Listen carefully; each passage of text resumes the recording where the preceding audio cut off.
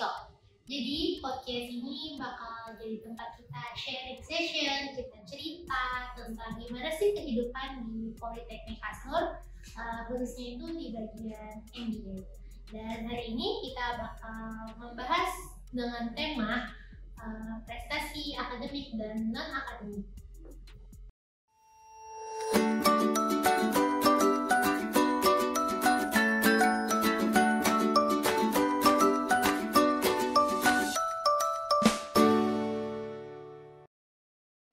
Perkenalkan, aku Nadia. Hari ini aku bakal ngobrol dan sharing dengan dua mahasiswa dari BD Team. Silakan perkenalkan diri kalian. Hai, aku Asid Supikrananda dari Prodi Bisnis Digital semester 1. Dan aku Anda Sabila dari Prodi Bisnis Digital. Oke, Anda sama Asid. Kalau boleh tahu, apa sih alasan kalian berdua masuk ke Politeknik Kasnur terus milih bisnis digital? Kalau aku sih, karena kan aku pernah punya pengalaman bisnis dan sekarang itu sedang era digital. Jadi aku mau ngembangin bisnis aku dalam bisnis digital dan kebetulan di Politeknik Kasnur mempunyai prodi itu. Kalau Asid? Sebenarnya kalau lebih sama kayak Anda ya, sekarang kan eranya digital banget nih. Jadi kita harus ngikutin perkembangan zaman juga. Kebetulan bisnis-bisnis konvensional di daerah Kalsel ini kan banyak banget. Jadi pengen membangun UMKM untuk digitalnya sih. Kan tadi katanya ada pengalaman. Kalau selain itu ada pengalaman prestasi yang berkesan nggak di kehidupan SMP atau SMA kayak gitu? Yang paling berkesan dari aku sih itu pas waktu SMA memenangkan juara 1 Olimpiade Sains Nasional di tingkat provinsi. Kalau Asid ada? Kebetulan ada juga waktu di bangku SMK itu juara 2 panahan dalam bentuk gitu. Gimana sih cara kalian berdua kayak nyukain hal itu, meski kayak ada kan kayak agak belok nih dari apa yang dia suka. Gimana cara kalian nggak merasa tertarik gitu? Kalau aku sih kebetulan itu karena ajakan dari temen ya. Waktu itu ngeliat temen aktif walaupun di bangku SMA itu kan masa-masanya pandemi ya. Jadi kayak bingung mau ngapain. Kebetulan temen ini ikut panahan. Awalnya tuh cuma ngeliatin dia latihan doang. Terus dia nawarin buat nyobain alatnya. Nih cobain. Jadi aku coba kan, ternyata kok seru. Itu nggak langsung ikut sebenarnya. Jadi kayak ada beberapa hari kemudian masih mikir-mikir tuh ikut nggak ya. Habis itu ikut dan ya dari situ tertarik buat lanjutin panahan. Pasti ada kesulitan kan? Kesulitan apa sih yang ada waktu itu? Terus gimana cara kalian menghadapinya? Nah, mulai kalau dari aku pribadi sih itu sulit di dua-duanya, waktu latihan sama waktu lomba. Bener-bener kayak under pressure gitu. Pertama dari segi latihan, kita harus sering latihan juga, terus ngebaikin teknik. Belum lagi kayak peralatan-peralatannya itu yang belum lengkap. Jadi hasil itu minjem dari klub, dipinjemin tuh sama coachnya boleh banyak banget tuh sampai minjem hampir kayaknya hampir 70% tuh minjem. Terus itu dari sisi perlombaan itu tuh gugupnya minta ampun, karena emang benar-benar cuman boleh tes buat 3 anak panah, terus itu habis itu lanjut tuh sampai habis, mau nggak kena mau miss ya udah. Pokoknya berarti cuma 3 kesempatan gitu ya? Itu aja sih kalau dari aku. Kalau jadi bidang akademik gimana? Kalau aku itu kesulitannya itu pas lomba. Itu kan dikasih soal itu kita 200. Banyak banget. Itu harus diselesaikan dalam waktu 4 jam. Dan dalam waktu 4 jam juga gak boleh makan, gak boleh minum. Wow. Terus Itu ada jedanya nggak? gak ada. Jadi full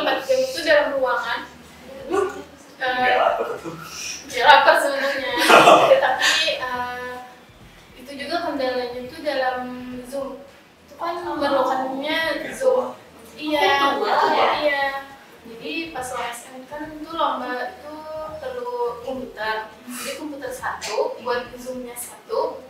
Itu yang di bagian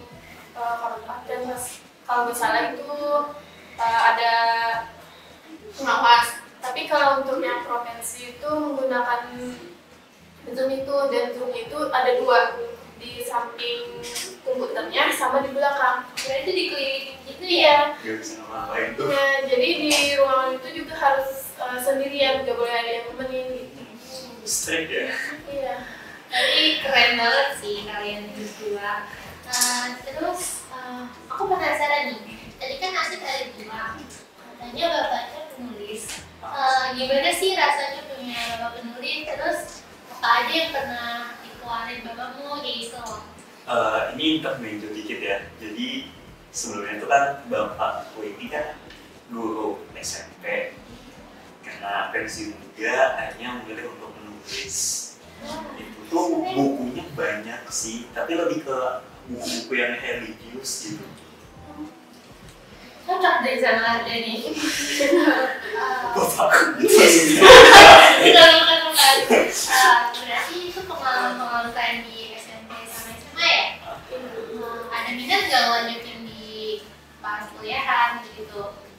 Sebenarnya sih tergantung ada atau enggaknya lomba olimpiade itu di kampus. Tapi bisa juga kan itu ada kayak dari luar yang ngadain. Iya. Kalau sih ada minat lanjutin? Kalau pribadi karena kebetulan klubnya ini ada di Banjarbaru, kalau mau dipindahkan ke Banjarmasin itu kan harus ada kayak perizinan dulu, terus antara klubku sama klub yang mau dimasukin itu harus ada komunikasi dulu. Jadi mungkin mau fokus ke perlombaan yang lain sih. Berarti nggak terlalu fokus Iya. catatan lagi ya? Semua orang kan pasti pernah nih ada di titik terendah. Gimana sih cara kalian ngadepin titik terendah itu? Terus apa yang biasanya jadi permasalahan? Ada ya yang nggak personal. Ini kebetulan waktu itu karena aku itu SMK dan harus magang, itu tuh jadi titik terendah karena waktu itu kan kita dihadapin pandemi ya. Tentu benar-benar berat banget karena materi yang didapat itu juga sedikit, praktiknya juga sedikit, tiba-tiba magang itu tuh kayak berat karena bingung mau ngisi laporan ini apa. Hasil kayak banyak afirmasi diri, wah itu benar-benar sendiri harus gimana caranya melatih mental biar bisa tetap dikerjain nih laporan, karena kan walaupun kita sedih-sedihan ini bakal tetap terlaksana gitu. Iya. Kalau ada apa? Biasanya itu yang bikin itu dari permasalahan juga sih.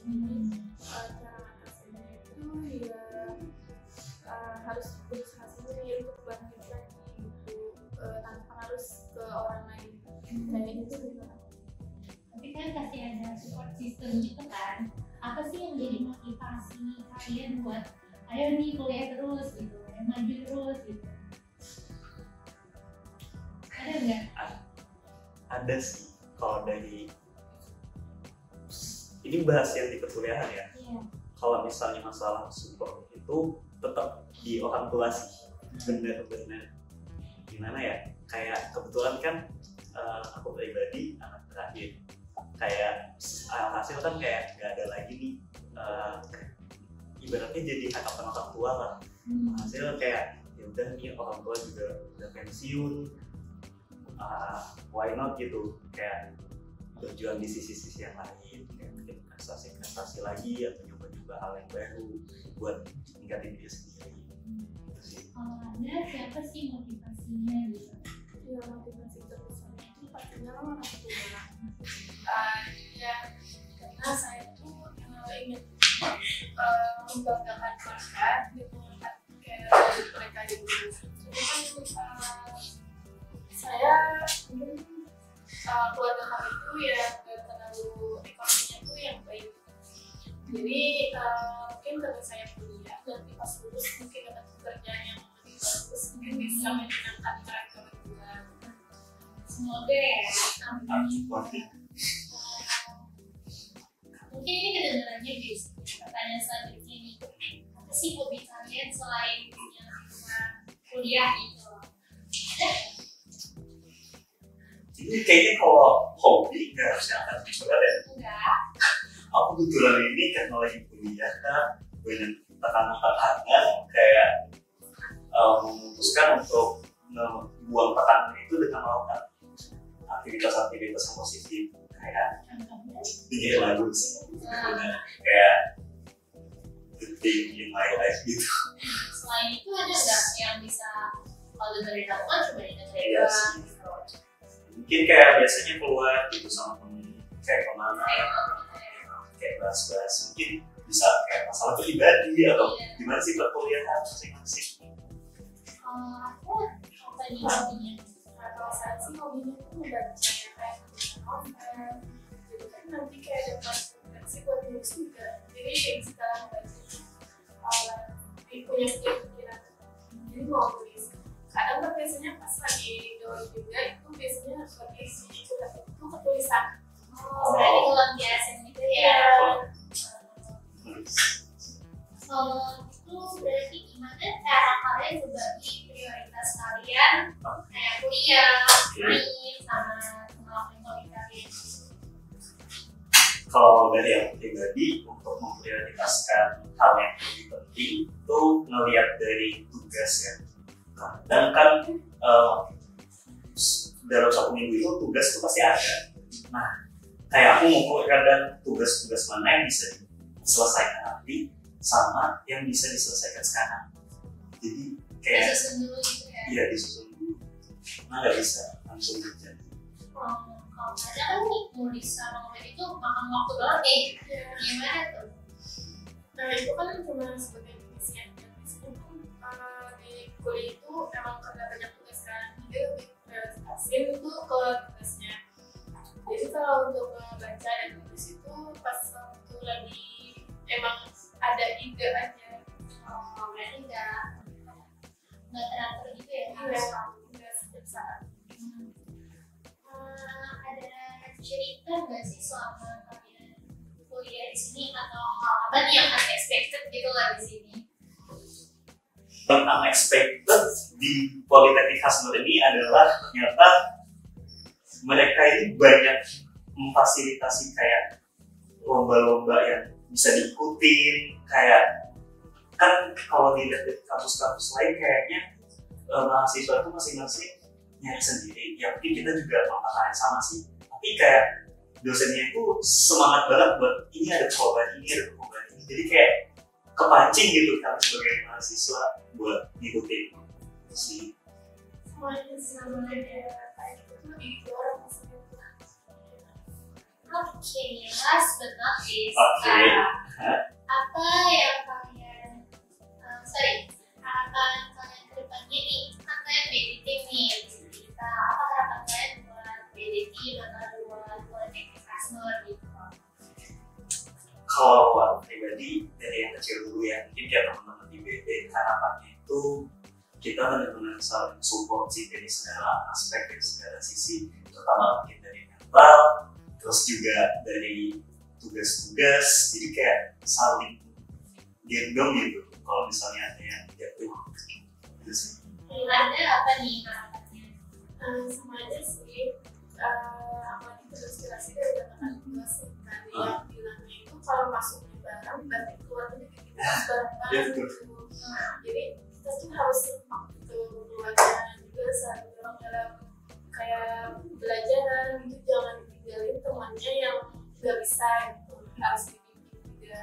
Thank you buat Asia sama Anda udah mau sharing hari ini.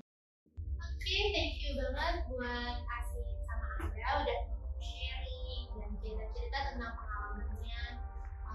Bermanfaat banget nih. Semoga juga bisa bermanfaat buat yang nonton nanti ya.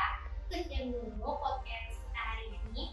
Mohon maaf jika ada kesalahan atau kurangnya. Dadah. Bye-bye.